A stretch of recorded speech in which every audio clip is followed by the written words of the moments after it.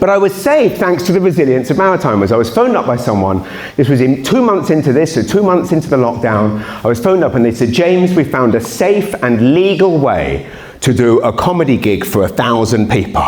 So that's impossible. It's illegal to talk to our neighbours right now. How can this be a thing? And they said, we're going to do the world's first stand-up comedy show in a drive-in movie theatre. Which is absolutely true. Sussex Drive-In was home to the very first... So when has Sussex ever started anything that has spread worldwide other than an STD? It was, oh, sorry, the Mayor of Sussex is walking out now. And it was an amazing thing to see, and I said, talk me through this. And they said, we've been signed off by the government, the Chief Medical Officer, Jennifer Russell, has approved this, and of course you all know how a drive-in works, and that's why it was allowed. And this spread all over the world, these drive-in shows, but the first one was in Sussex. Sussex beat Winnipeg by a day. Winnipeg was the second, and then it spread to the States, it spread to all over England, started in Sussex. Now, you all know how a drive-in works. You know, everyone comes in their cars, so of course they're all in their bubbles, and if they need to go to the loo, they just put on their masks. So everyone was safe, and of course a movie show, you sit in the car and you watch the movie on the big screen. For the stand-up, we just had a stage beside the big screen, and I would talk to the cameras and the visual would be projected onto the screen. Now, here's the part that you all know, but nobody told me, is that obviously the sound goes into the car stereos. Nobody told me that. So I am in the wings waiting to go on stage. I mean, all I knew of drive-ins is what I'd seen in North American movies, like Grease. So all I knew is that there's little speakers everywhere playing the sound, and they're playing the music, they're playing the sound to the movie everywhere. And if you go to the drive-in, you might get touched up by Danny Zuko. That's why I went, big fan. So I'm in the wings waiting to go out, and I'm nervous, I'm terrified. In this job, if you don't do it for a week, sometimes you feel like you've got rusty. This has been 2 months, the longest I'd ever gone in 20 years of doing stand-up without performing. We've all been locked up in our houses. Everyone has not left their houses, and so the pressure of knowing that they deserve entertainment more than ever, and all they've been watching is daily briefings and fucking repeats of Tiger King. And they need a laugh more than ever, and it's the world's first show in a drive-in. It's my first timer to drive in, and I'm first on. And all of that pressure and tension is building up, and they said, it's time to go, and I run up on the stage, and I grab the mic, and I go, hello, Sussex! Oh, it's not on. It's not on. Now, I know this is on, so I'm tapping it gently. I was fucking bashing this thing. I am bashing this mic, freaking out, just freaking. It's not on. It's not on. And I'm getting more pain, thinking, oh my god. What's happening? Why isn't it working? And I think and then I see at the back of the field a man come running out of the projector booth. It quickly becomes apparent that this man has not run in 30 or 40 years. He comes out like this. He has 500 cars to run through. So I think maybe if I bash it harder, someone else will come quicker. I'm standing there. Now bear in mind the cameras are on me. My face of panic is being projected onto a ginormous screen. 50 times bigger than that one. And I'm just tapping it. He eventually, after 6 minutes, arrives on the stage with me. He is soaked in sweat. He is panting. It then takes him a full minute to get his breath back.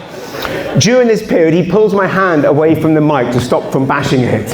And he looks at me, and the camera is right there capturing this entire exchange, and he says, the mic is on, the sound actually goes into the cars, not through a PA system, because everyone's in their cars. As the mortification hits my face, I am in that moment aware that this is being captured in 4K HD, and my sweaty, panicked face is being blown up. He then leaves a pause, and I don't know if it was a dramatic pause, if he was just getting his breath back, and he then says, you've actually deafened about 50 people and blown at least 100 car speakers. Then leaves another pause, and as if I couldn't feel any more mortified, he just looks at me and says very loudly, so of course it's picked up by the mic, right before he leaves, he just looks me in the eye and goes, this is the worst start to a show ever. I frozen on the spot. Suddenly, I couldn't actually see the screen. I don't have eyes in the back of my head, but I could feel it. I could feel my eyes from there just boring in. I'm looking into the camera lens. I'm like, oh my God, this is terrible. This is the worst start to a show ever at the time when people need entertainment most. But again, in this business, these things happen. I've come across equal. Bad things happen, and you just got to plow on. So I looked into the camera, pretended none of that had happened, and with all the energy and gusto I could imagine, delivered my first joke, and silence. And then I realized, for the first time, it dawned on me, of course, they're in their cars. They might be laughing. They might not be laughing. I will never know. And a sentence popped in my head at that moment, which was, this is going to be a very long hour.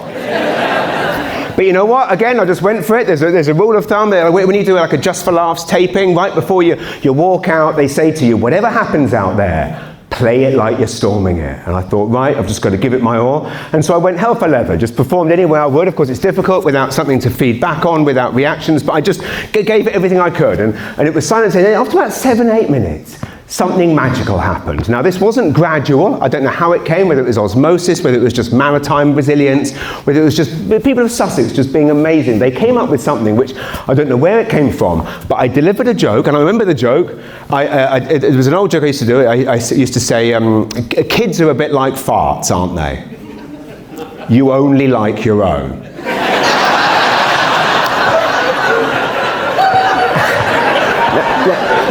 Now, they may have laughed, I don't know, but you know what they did? They expressed that laughter by honking their horns and flashing their lights. And I was just completely taken. I was like, what was that? And I thought, oh my God, that was amazing. I thought, well, I need to do another quick joke because I've got to see if this is going to happen again. So I just did a quick one. So I just went, anal bleaching. No, that's not the joke, that's the setup. That's the anal bleaching. Shouldn't it be called changing your ringtone? Honk, honk, flash, flash again. I went, this is amazing. So then I did a setup to a joke, which normally gets a lesser laugh, and it was a smaller honk, honk, flash, flash. Then I did the punchline, big honk, honk, flash, flash. I thought, I can work with this. I can read these honks and flashes the same way I would normally read laughter. I just need to pretend that the cars are people. It was a bit like doing a gig in a Disney Cars movie. Right? You know, I would do the joke and I'd be like, oh, Lightning McQueen liked that one. Maida liked that one. Well, no, it was Sussex, New Brunswick.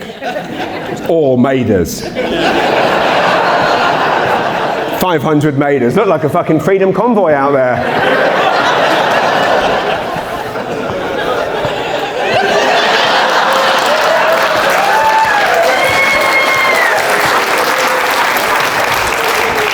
Now at this point, I'm just having the time of my life. It seems like they're having fun, but of course you're up there and you're competing. It's the hottest day of the year. It's like the end of May, beginning of June. You're in the middle of a farm in Sussex. It is scorching hot. I'm wearing full suit. I'm soaked in sweat. My face is being bitten by mosquitoes. I didn't know this at the time until I saw pictures afterwards. My entire back is a wall of June bugs. And you're competing with the sounds of Sussex, right? There's four-wheelers whizzing around, there's generators going, there's the sounds of people fucking animals in the field next door.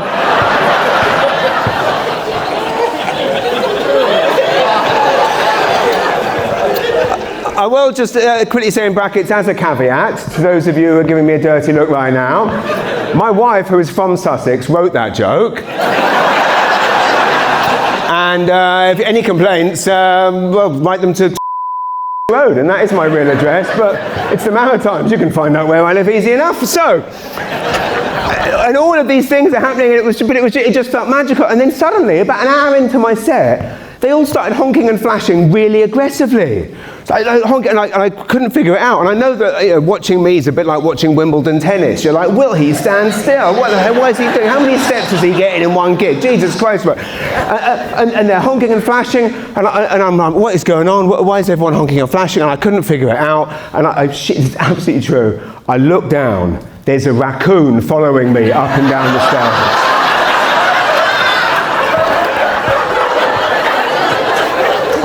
20 years doing this job, I've played every dive bar, basement, fields you can imagine, churches, back rooms, you name it. Not once have I thought to myself, I do hope a raccoon doesn't turn up and steal the show. But all it took was a pandemic, and I think those are the moments we had to embrace. I mean, again, like drive-ins saved me. It made me feel, you know, like a parent again, able to kind of put food on the table, be working again. And then, of course, someone came up with the concept of, and I should point out that system, the Hong Kong flash, that became the system globally. Like the next day, the Winnipeg promoter who was putting on the second drive said, anything we should know? And we said, yes, tell the audience the Hong Kong flash, and that became the system in Montreal, Ontario, and then America. And the thing came from Sussex. Sussex pride. Sussex pride. Salute to Sussex. But yes, the virtual thing, musicians were doing virtual gigs, and then people started saying, well, maybe comedy could work. And I thought that can't work. And a system was created whereby you could do gigs for companies all over the world. They could be ticketed, you could be booked. And essentially what would happen is you would do I would have like a little studio set up at home, and it would have like like a theatre curtain behind me, and I'd have a mic and a mic stand and a camera, and you'd do the joke. And basically, obviously, they would have to keep their microphones off because the sound of the laughter going back, it would be too feedbacky. People could be arguing at home, having domestics. So they'd mute themselves, right? And basically, they would keep their cameras on so you could see them laughing. So basically, for 3 years, I had to replace my love of the sound of laughter with a love of just looking at like grids of just little boxes of people going. I didn't hear a laugh for 3 years, ladies and gents. I can't tell you how nice it is to be back doing this. Now, I love this, but of course, you have to, again, I'm someone that tries to look at the positives. Like, during these virtual gigs, if you ever saw me do one, if you ever saw me, like, you know, jiggling about like I do, if you ever saw me stop moving, what it meant was that there was one miserable bastard on the front page not laughing. And of course, you can only fit like 40 people on a page. And sometimes I did one for all the New Brunswick teachers with like 4,000 people on it. So what I would do is I would scroll through and find someone that was like losing their shit laughing. Bring them forward to the first page. You can't do that in a comedy club, start moving people about. So I was doing one last June for the Young Presidents Organisation, a global organisation for CEOs and presidents under the age of 45. It was the North American division, so it's people from every state in America and every province in Canada.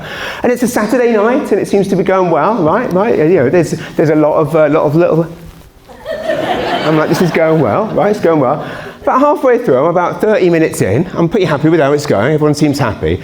And then I kind of was on a setup to a joke. I was in that kind of build-up moment. Like now, when everyone's faces are blank, when you're looking at me, you know, like you're looking at me, like, get to the fucking point, mate. Like, Tony's famous on-air closes in a few hours. Get to the point. And I just paused, or I said the word because or something, and they all just burst out laughing. Just in hysterics, right? It's so much, I was so flummoxed and thrown by it, I stopped talking.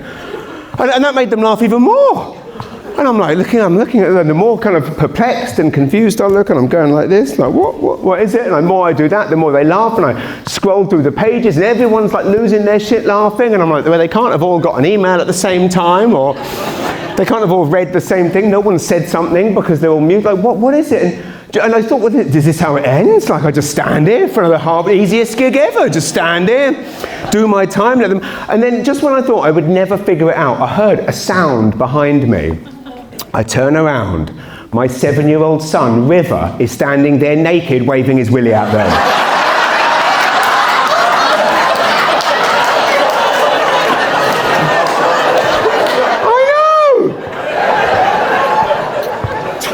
And not once have I been at a gig and thought, do hope a 7-year-old doesn't show up and wave his willy at the audience. Not once. But you know, I'll be honest with you, what upset me most is the fact that I've actually never seen an audience laugh harder. Really upset me that. I was like, you know what, River, next time when I'm allowed back on the road, you're coming with me. Anytime a gig's going south, River, well, wouldn't be saying fucking, obviously, because we raised him proper. He'd be saying, how many Paw Patrol toys am I getting for this again, Dad? Chase is on the case, son. Get your dick out. Come on. Sorry, I've ruined that song now for all of you. I've ruined that show.